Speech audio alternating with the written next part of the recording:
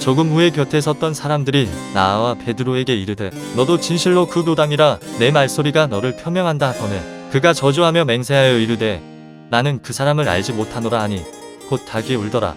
이에 베드로가 예수의 말씀에 닭 울기 전에 내가 3번 나를 부인하리라 하심이 생각나서 밖에 나가서 심히 통곡하니라.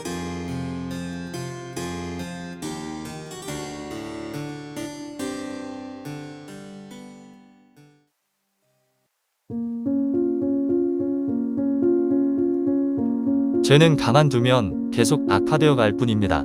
우리가 지어온 죄들이 내 삶을 더욱 비참하게 하는 건 아닌지 주목해 봐야 합니다. 우리가 생각해 볼 것이 첫째, 이런 죄를 저지른 사람이 누구였나요? 사도였습니다. 그것도 처음 뽑힌 3명의 사도 중 한 명으로 예수님과 함께 어디를 가든지 항상 그리스도를 높이는 데 있어 가장 앞장섰던 사람이었습니다. 더 많은 사람들 앞에 더 큰 신앙의 맹세를 천명하고서 그에 합당하지 않게 산다면 그 죄는 더욱 큽니다. 둘째, 주님께서 베드로에게 그가 처할 위험에 대해 아주 타당한 경고를 해주셨는데도 그나마 듣지 않았기에 이런 시험에 빠질 수밖에 없었습니다. 셋째, 베드로는 얼마나 단호하게 맹세하면서 주님을 부인하거나 주님 곁을 떠나지 않겠다고 말했던지요. 주님을 부인하느니 차라리 자기가 제일 먼저 주님과 죽을 거라고. 그러나 그는 이런 약속을 산산이 깨버렸고 그의 말은 이도저도 아닌 게 됐습니다. 넷째, 예수님과의 만찬 후에 그런 맹세를 하고 바로 이 죄에 넘어졌습니다. 만찬에서 예수님의 측량할 수 없는 사랑, 구원의 약속을 받은 바로 그 밤에 날이 새기도 전에 자신의 구원자를 버립니다. 사실상 죄의 길로 재빠르게 치우쳐버린 것입니다. 다섯째, 베드로는 그닥 큰 시험으로 넘어진 게 아닙니다. 그를 예수님의 제자라고 죄인인 듯 추궁했던 사람은 재판관도 아니었고 그 궁중들에 있던 관료들도 아니었고 한낱 비천한 여종 1-2명이었습니다. 어떤 나쁜 의도로 물은 게 아니었을 수도 있고 예수님을 안다고 시인했어도 그에게 어떤 해도 가하지 않았을 수도 있어요. 그런데도 실족한 것은 예레미야 12장 5절 말씀처럼 보행자와 달린 정도인데 벌써 피곤해져 버린 경우인 것입니다. 여섯째, 베드로가 몇 번을 반복했죠? 닭에 한 번 운 뒤에도 일단 한 번 시험에 빠지자 2번, 3번 또 다시 죄에 빠지게 됩니다. 그 위대한 제자 베드로여, 어찌 그리 나락으로 떨어져 버렸는가?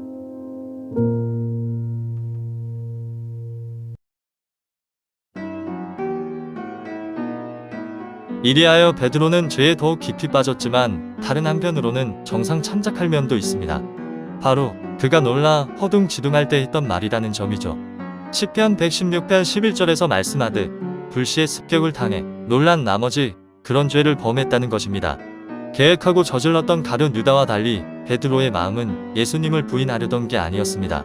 예수님을 저주하는 등 나쁜 말을 했지만 그것은 부지불식간 분별 없이 했던 것이었죠.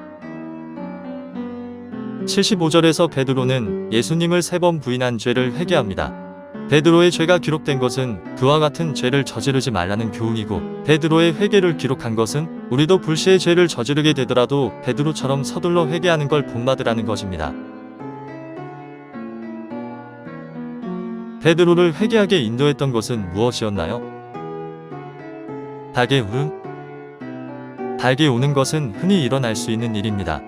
그러나 그리스도께서 베드로에게 경고를 주실 때 닭의 울음을 말씀하신 것은 베드로를 주님께로 돌이키기 위한 수단으로 닭의 울음을 사용하셨다는 것입니다. 하나님이신 예수님께서는 말씀만 하시면 원하시는 그 어떤 조짐도 아주 중대한 것을 의미하는 신호로 쓰실 수 있습니다. 중요한 것은 그 상징물 자체가 아니라 그것에 두신 말씀의 능력 때문에 우리가 그 상징물을 볼 때 주님의 말씀이 생각나게 되고 그때 내 영혼에 임한 주님의 말씀이 나를 회복시키는 것입니다. 그날 밤 베드로에게는 닭의 울음소리가 주의 길을 예비하라고 회개하라고 빈들에서 외쳤던 세례 요한의 소리와 같았습니다. 양심은 우리에게 닭의 울음소리와 같아서 우리가 잊고 있었던 하나님의 말씀을 생각나게 합니다. 다윗의 심령이 상했을 때 그때가 바로 닭의 울음소리를 들은 때입니다. 영혼을 살리는 은혜의 법이 내 안에 있다면 비록 불시의 유혹을 받아 넘어졌을지라도 조금만 주님의 말씀을 상기시켜줘도 도움이 됩니다. 닭이 우는 것과 같은 힌트는 하나님이 미리 남겨두신 메모와 같습니다. 우리가 곁길로 세워 세상 풍조 속에 빠져 있을 때도 하나님께서 이전에 하신 경고를 생각나게 하는 어떤 상징을 보게 하시고 돌이킬 수 있는 기회를 주십니다. 그런 점에서 닭의 울음은 영혼이 하나님께로 돌이키게 되는 행복한 추억의 상징물입니다. 가끔씩 하나님은 엄청나고 웅장한 모습이 아니라 내 주변의 지극히 평범한 것을 통해 자비의 은혜로 찾아오십니다. 베드로의 깊은 회개. 베드로는 너무 깊은 슬픔에 빠져 비통하게 울었습니다. 죄로 인한 슬픔이 가벼울 리가 없습니다. 죄는 엄청난 비극이고 깊이 슬퍼해야 합니다. 독자를 잃은 비극처럼 죄를 지으면서도 순조롭게 살아왔다면 비통하게 울어야 합니다. 그렇지 않으면 얼마 안 가서 날 기쁘게 했던 죄가 도리어 날 비통하게 만들 테니까요. 죄에 대한 깊은 슬픔은 꼭 있어야 합니다. 죄를 슬퍼한다고 하나님 앞에 죄가 없어지는 것은 아닙니다. 아무리 울어도 죄는 씻을 수 없고 하나님 앞에 죄 없는 의인이 되는 것은 아니니까요. 그러나 그 깊은 슬픔은 내 마음이 진실로 변했다는 증거가 될 수 있습니다. 마음의 변화야말로 회개의 본질입니다. 진실하게 뉘우쳤을 때 받는 용서는 더욱 값지고 그럴수록 앞으로 죄는 더 미워지게 됩니다. 그리스도를 부인했던 베드로는 너무나 비탄에 빠져 통곡했고 이후로는 주님을 다시는 부인하지 않았습니다.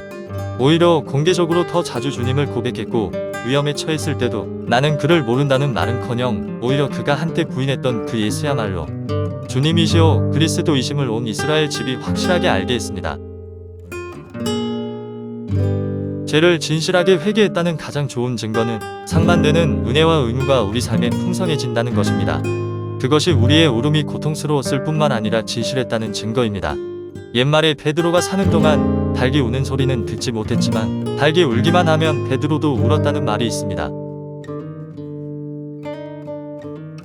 죄로 인해 진실로 슬퍼해본 사람은 지었던 죄가 기억날 때마다 울 것입니다. 그런데 그럴수록 슬픔은 줄어들고 하나님 안에서 누리는 기쁨, 하나님의 자비와 은혜로 누리는 환희는 더욱 커지게 됩니다.